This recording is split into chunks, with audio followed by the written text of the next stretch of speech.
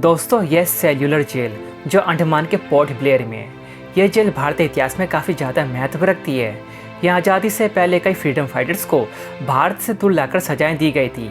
इसे उस समय पर काले पानी की सज़ा भी कहा जाता था।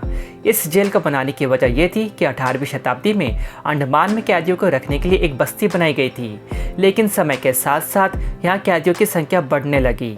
तब ब्रिटिश सरकार को एक कड़ी सुरक्षा वाली जेल की आवश्यकता महसूस हुई, जहाँ पर बड़ी संख्या में कैदियों को रखा जा सके। 1890 में बनी एक समिति ने अपराधियों को दूर दराज के इलाके में रखने के लिए एक जेल के निर्माण की सिफारिश की।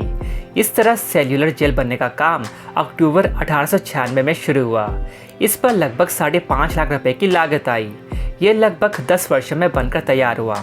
यहाँ सिर्फ आम कैदी नहीं थे, बल्कि क्रांतिकारी भी लोग थे जो ब्रिटिश सरकार के खिलाफ थे। इसे इस तरह से बनाया गया था कि एक कोठरी में कैदी को अकेले कैद किया जा सके।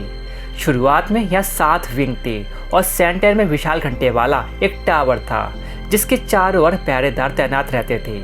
हर विंग में 3 मंजिल थी और हर काल कोठरी की लंबाई 15 फीट और चौड़ाई 9 फीट थी, जिसकी हर 9 फीट पर एक खिड़की हुआ करती थी। विंग्स को इस तरह से बनाया गया था ताकि हर विंग से दूसरी विंग पर नज़र रखी जा सके। इस कारण एक कैदी दूसरे कैदी से कभी भी बात नहीं कर सकता था। अब इन 7 विंग में से केवल 3 ही विंग बचे हैं और बाकी के विंग को अस्पतालों और सरकारी ऑफिस में बदल दिया गया है। सन 1909 में पहली बार कैदियों का पहला जत्था सेल्यूलर जेल पहुंचा था। उनके साथ बहुत ही अमानवीय और बिल्कुल खराब व्यवहार किया जाता था।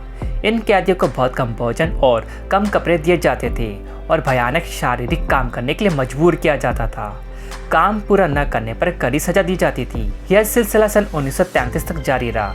इस जेल की कोठरी की कुंडी की डिज़ाइन ऐसी थी कि इसे अंदर से खोला नहीं जा सकता था। कुछ समय बाद यहाँ 3 फ्रीडम फाइटर्स महावीर सिंह, मोहन किशोर नमोदास और मोहित मोइत्रा के आमरण अनशन से भारत में भारी आक्रोश फैल गया, जिसके बाद अंग्रेजों को मजबूरन कैदियों के रहने की स्थिति में सुधार करना पड़ा।